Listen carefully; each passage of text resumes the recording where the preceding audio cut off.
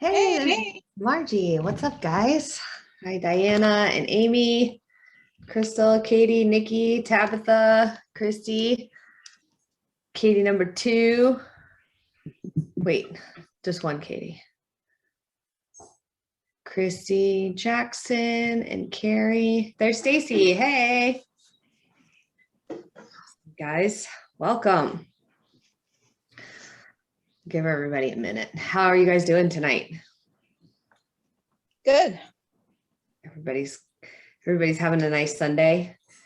Anybody good job, Nikki, out walking. It's the sky there is pretty. So you know what's funny that I miss about Maryland? There's no lightning bugs here. At least not a lot. Not like the East Coast.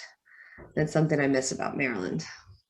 But there's also not a lot of ticks here, so can't really complain about that. We left those behind. I guess depending on where you are in the country is what kind of bugs you have or don't have.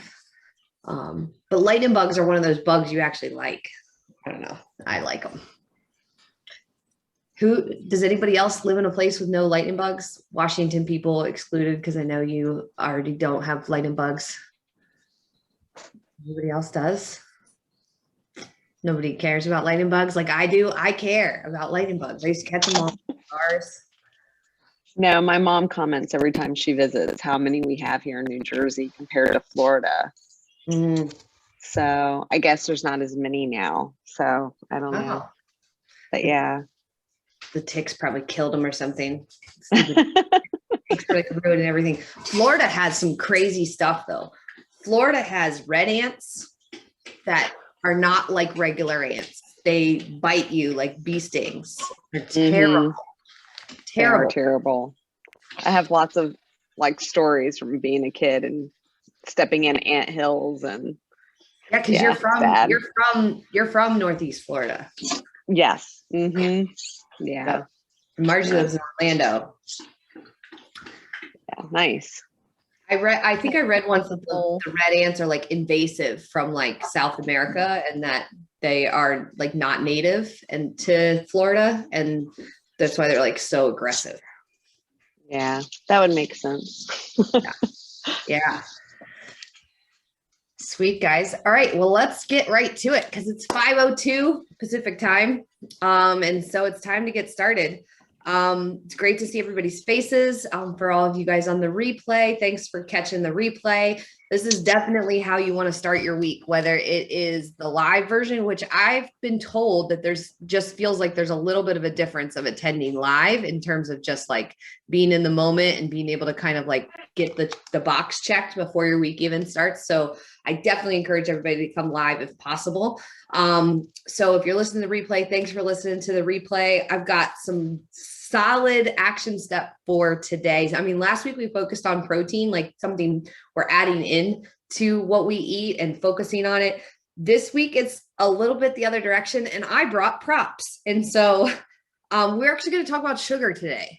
And it's a perfect day for sugar because if you have little children in your house, you probably have some kind of candy in there because of Easter. But even if you don't, then sugar is one of those number one things that as I'm having conversations with people when they first join, or even as an ongoing thing that like comes up periodically throughout the year, sugar tends to be one of those ones. There's a rare bird who's like, it's not sugar for me. It's like the salty things. And I go that way. But even then, still, there's something about sugar that tends to pop up. We have a lot of both, I hate using this word this way, but we have baggage around sugar because we've had it in our lives. Most of us, if you grew up in this country, sugar was a part of celebrating things.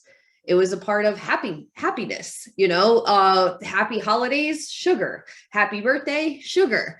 Happy occasion, sugar, treats, sugar. And so then we have these like feelings about it, and sugar isn't morally bad or good. So right before we even go into sugar, I just want to clarify that if you're somebody who eats too much sugar, or you find that that's one of your weaknesses, the sugar and there's there's nothing wrong with either one of you. The thing about sugar, so we're going to talk a little bit about what it does to our body, but then we're going to talk about just how we can include it and how we can have good boundaries. So let me show you some props, first of all. So these are just a few of the things in my house that are not normally in my house that are here because of Easter. So these peanut M&Ms.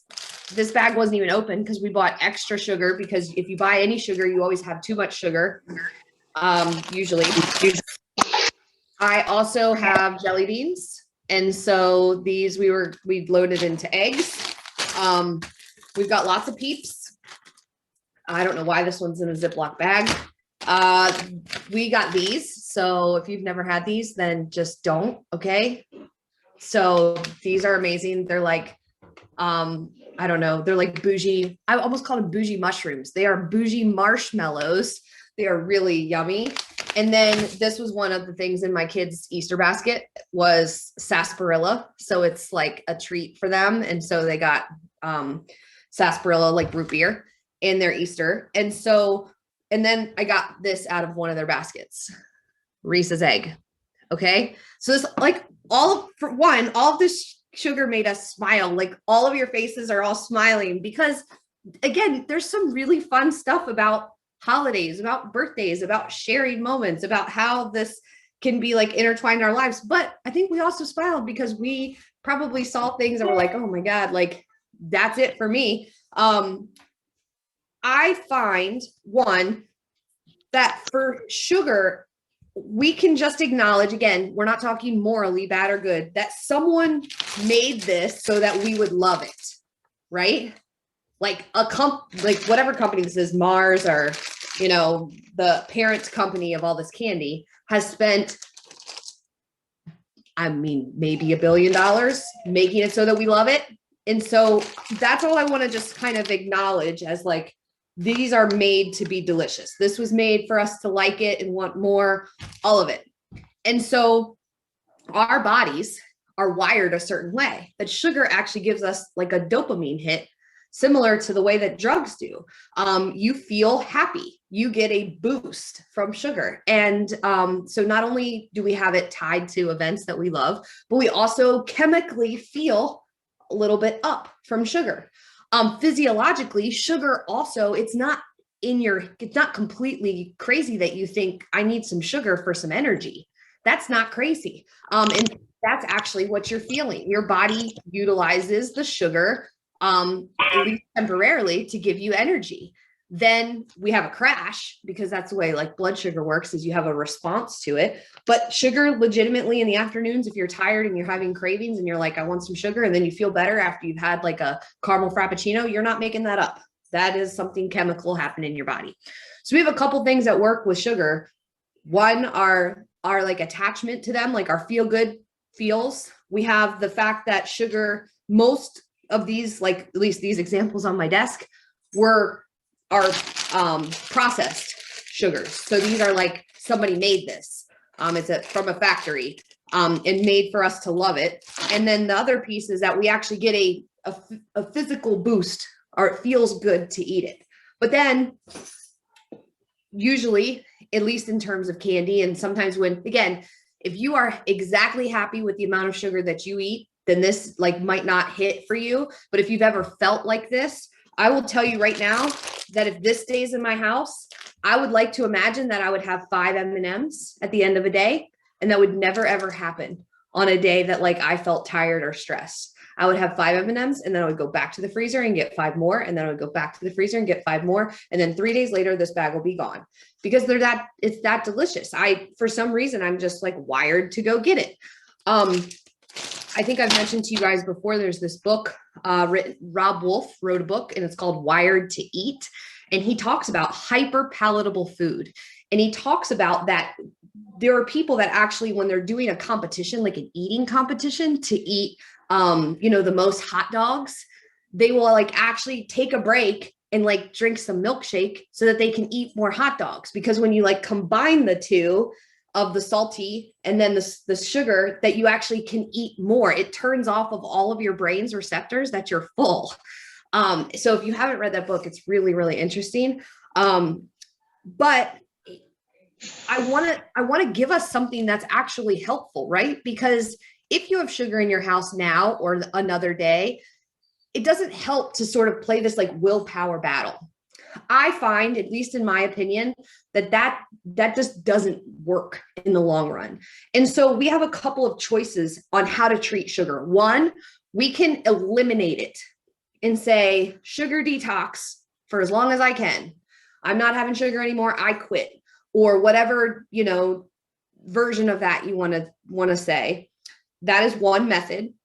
Another method is hoping that you will count out 6 M&Ms, have your 6 M&Ms and hope that is the discipline that you have for the day. That is another method. Again, zero judgment.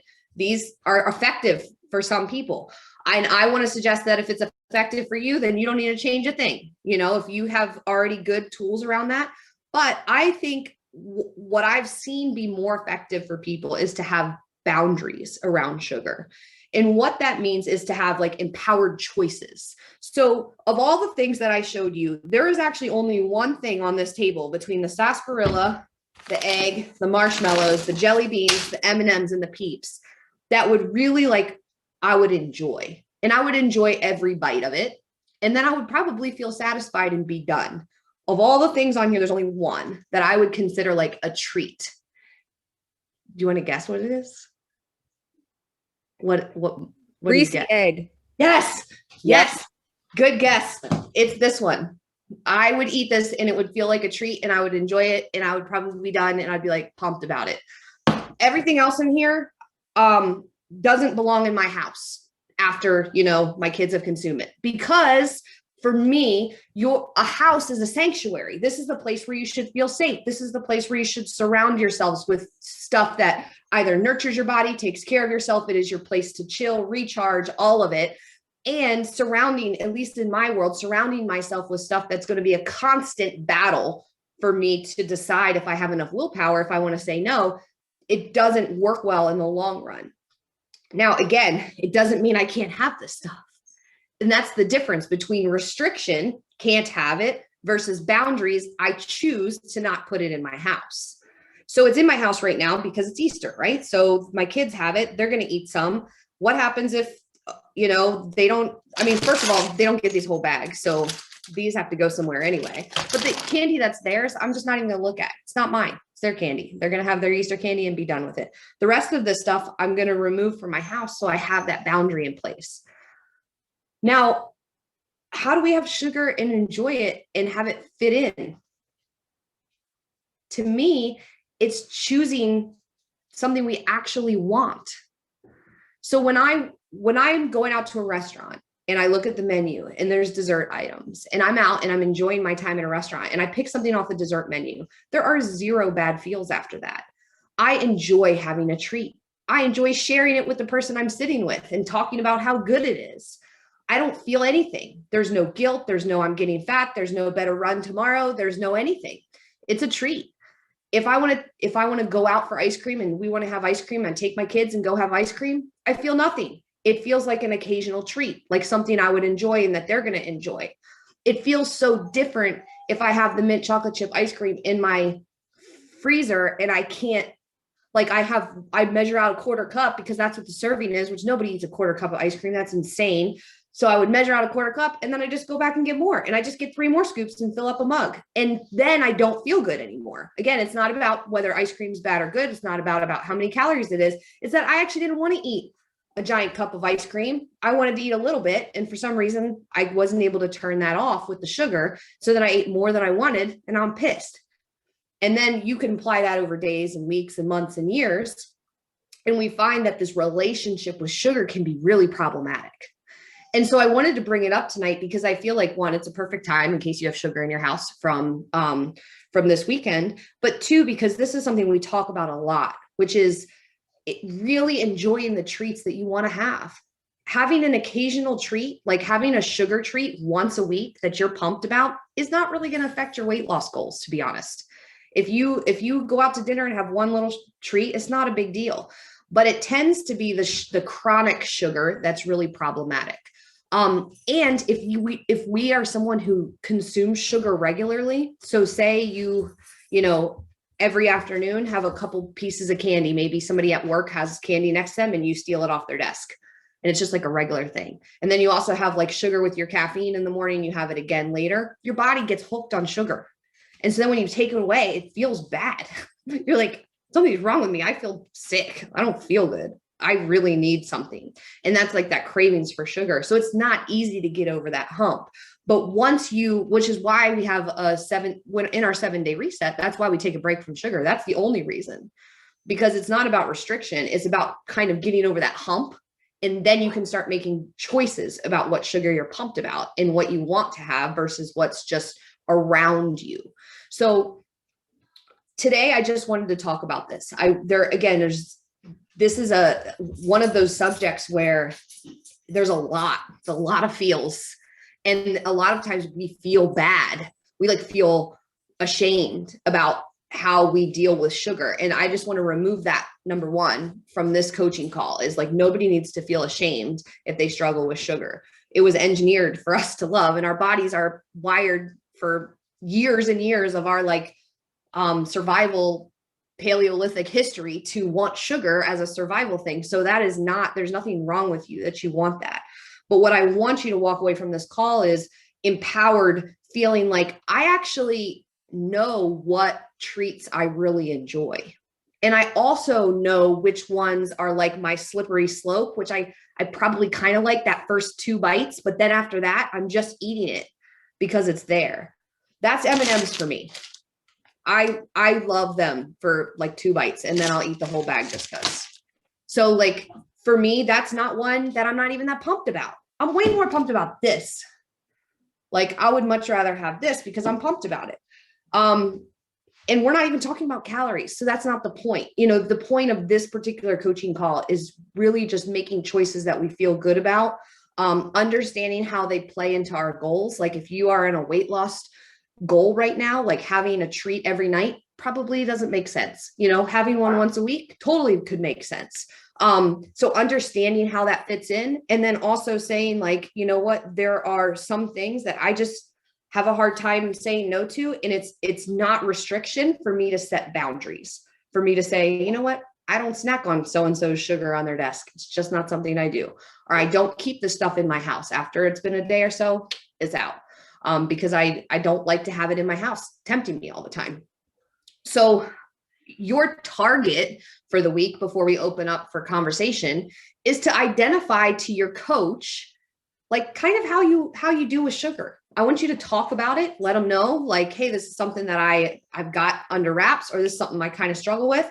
I think you should tell your coach what kind of treat you actually look forward to and are excited about, which one you would be so pumped to see on a menu. And then if there is something like that peanut M&Ms where you're like, this one's just slippery slope, I'll eat a whole bag of Sour Patch Kids, for example. That's another one. I could eat a whole bag of Sour Patch Kids. I blame that on the Navy. But stuff like that. So that's your actual target. Have a discussion with your coach about how you are with sugar. I want you to tell your coach about the kind of treats that you enjoy, that you would look forward to. And I want you, if you have things that you know can be problematic for you for sugar, I want you to share it with your coach and include what kind of boundaries you think would be helpful. So let's talk about it. Okay, so I was going to share, I came to Fitme with a major sugar addiction. It was also my stress, where I dealt with stress. I was a major stress eater with sugar. And I've really curbed that and done really well. And then since January, I've been only doing 1 treat a month. And it's been really working for me. And I've been doing great. And I haven't wanted sugar. And then last weekend was my birthday. So I indulged in ice cream and M&M cookies because that's what I wanted.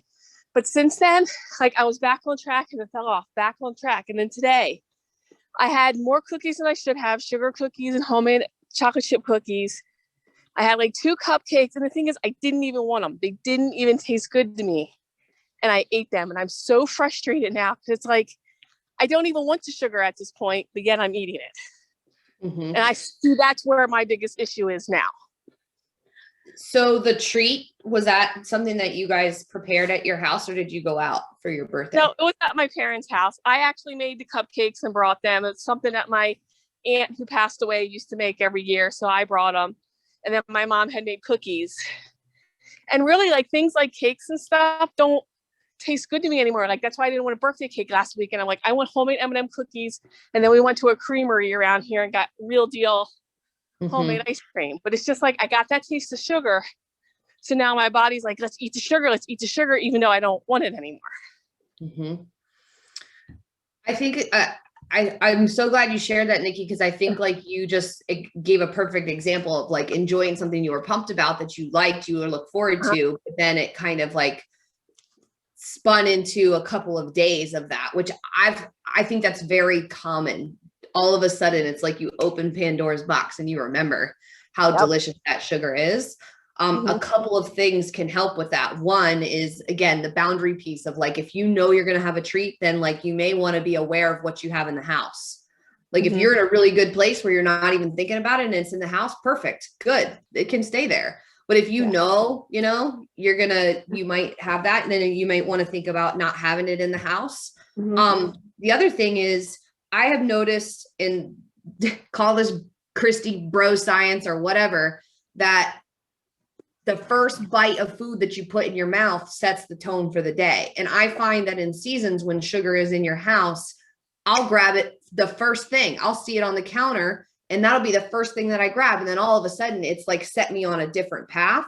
And again, I don't know if there's any science behind that, but to me, I feel like if I can just not have it first and I can have some water and coffee and have some eggs and vegetables or something, then I'm probably in good shape. But those kind of treats tend to be on the counter and your eyes see them and then you want them. And so that's another thing. Maybe just get them out of sight, out of mind. That's what I try to do, like put them up in a cabinet and stuff. But there was stuff sitting on the counter this morning and I was just like, oh, one little bite. So I did exactly what you said. And I think it kind of set the tone for me for the day, even though my husband made this really great breakfast, pancakes and everything. So,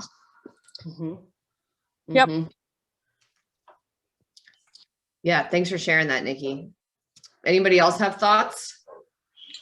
I like talking about this because I'm in a season right now where weight loss is my priority. But I'm such a black and white person. It's easy for me not to eat it because I'm not eating it right now. But when it comes time to, let's say, maintain, and I could have it once a week, like that's where I really struggle, is having good boundaries and making good choices. Just like living in the gray is so much harder for me. So I like thinking about, like, if I'm going to have it when I'm out someplace, don't have it in the house still. Like those are all really good suggestions for me. I also think, Rebecca, sometimes when I heard you talking, I was thinking about how we should celebrate when it's successful. So if you've gone like a couple of months and haven't had any sugar in your house, and then all of a sudden you like got kind of like, you saw it at the store and you're like, I'm probably good. And you buy it, you put it in the house, and then it's not good. And we get all super focused on the fact that like that bad, bad quote, bad thing, but you just went months without having it in your house and didn't even acknowledge how like great that was. Like I think, there's going to be those times, like you said, Rebecca, where when you get into that maintenance season where it is going to be easier to have the boundaries around it. But if you are somebody who like loves ice cream and it is not in your freezer right now, you should give yourself a high five, because you've already done something like boundary wise, for yourself. But yeah, it's not something that goes away. And I think that's why I wanted to piggyback off that, Rebecca. Even once you get to your weight loss goal, sometimes there's still like, seasons where we overdo it with sugar. Or if we're just careless about it. And honestly, I'd love to tell you like, oh, you get to your weight loss goal and poof, sugar problem disappears. Not true. Not true. And I think oh, sorry. Ahead. No, go ahead. Well, I think just the like what you said about like, if you haven't done it for a long time and then all of a sudden it hits again, like I'll get into the habit of not having it, and I'll have to get into the habit of taking treats and be doing really, really good. And then something like, and it won't even be like, we had like a crazy emotional week this week. And it wasn't that. It was what opened the gateway was my husband and I went out for our anniversary, and I did really good that night. But the next day when we came home, we had a birthday party for my son, and I didn't eat the cake, but I was hungry because I hadn't eaten enough earlier. And then that's what happened. And I had like 3 handfuls of those stupid chocolate candies. And then I had sugar yesterday and today. And usually I can say no. It's so easy for me to say no, but it's like, it's like, it's always there. Like as many times as you like train yourself to pick those treats or whatever. Like I think what Nikki was saying, it's like you open those things and yeah, just getting, but I think the remembering too, like what Rebecca was saying, that gray zone is super hard, but getting back and just saying, okay, well, we ate that and now let's move on. Like get it out of your house and then be done. Not get it out of your house by eating it all. Like, you know what I mean? And I mean, even when I told you guys that I would eat this whole bag, I feel like weird saying that because it feels like I should be ashamed of that. But this was not really meant for a gray zone. And I think that's what I want you guys to take away is that these kind of sugar treats are really hard to just have a couple of. Like it's not, they weren't made for that.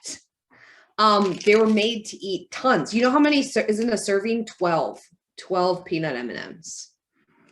That's insane. That's not a serving of M&Ms. But yeah, 12 peanut M&Ms is 140 calories. I mean, we haven't talked about calories at all, but like let's do it since I picked this up, just so we can talk about it. It's 140 calories, 7 grams of fat, 17 carbs with 13 grams of added sugar and 15 grams of total sugar. And you get 3 grams of protein in here because there's some peanuts. But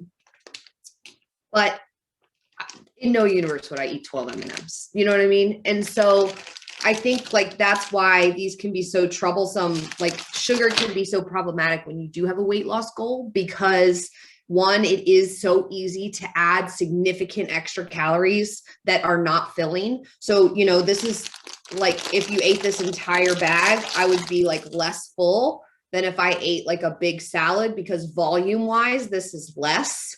And so my stomach is less full. I'd probably feel sick because my body would be having like a sugar problem, you know, it would be like dealing with it, but I would actually be less full. And so you can put down a significant amount of calories with sugar and really shoot your weight loss goal or your feeling healthy goal or just your entire like even keel. You can shoot it in the foot. But what is less likely to happen is if you go out again, like out to treat, that's kind of like one of my little like reminder sayings is like we go out to eat, going out to treat is a really great thing too, because even if you get the biggest blizzard, it's done at least you had it and it's done. And a lot of times when we're in those sort of occasions, it just registers different. And again, I know I'm tapping into some deep stuff here, but to me, like I am way less inclined to like eat 5 blizzards when I'm like sitting with my kids, as opposed to like feeling tired and stressed at the end of the day and eating an entire bag of M&Ms. Like those are 2 different kinds of things, both sugar, both calories, but one is like an occasion and one is me dealing with stress or fatigue or something that feels good in the moment, sugar. Yeah, it's tricky. There was something that was crazy to me that just happened right now. Even as you were moving the bag, my mouth was starting to water because that sound of opening that bag of candy was just wild, because like Rebecca had said, like that gray area is really hard for me. And I think currently I'm just noticing the mind patterns. Like today I had a peep. I don't even really like peeps, but I did only have one rather than last year I had a whole row of them. Now my son's starting to whine. But I'm noticing like, okay, well, it's done. And now moving forward, I'll know to, you know, like I'm in that where I'm like, let go of the guilt, drop it off. Let's keep moving forward. And that's been helping a lot. But today, I mean, I definitely, like my son has had his weight in candy, and I could tell his emotions are, he's had 4 tantrums today. He's freaking out. And my husband's like, what is going on? I'm like, it's the sugar. Like, I know, like intuitively, like it's the sugar. That's all.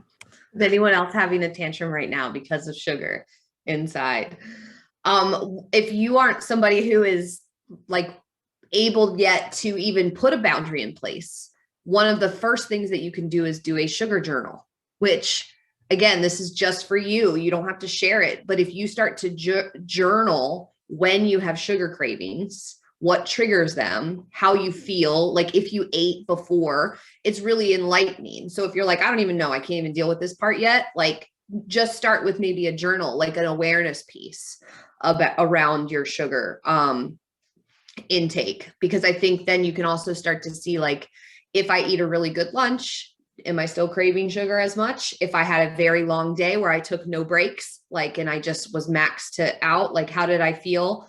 How did I feel after I had the sugar? How was my energy? Like those kind of things. I didn't even bring it up, but I can't end this call without letting you guys know, because I would just be mad at myself, that sugar is an inflammatory food.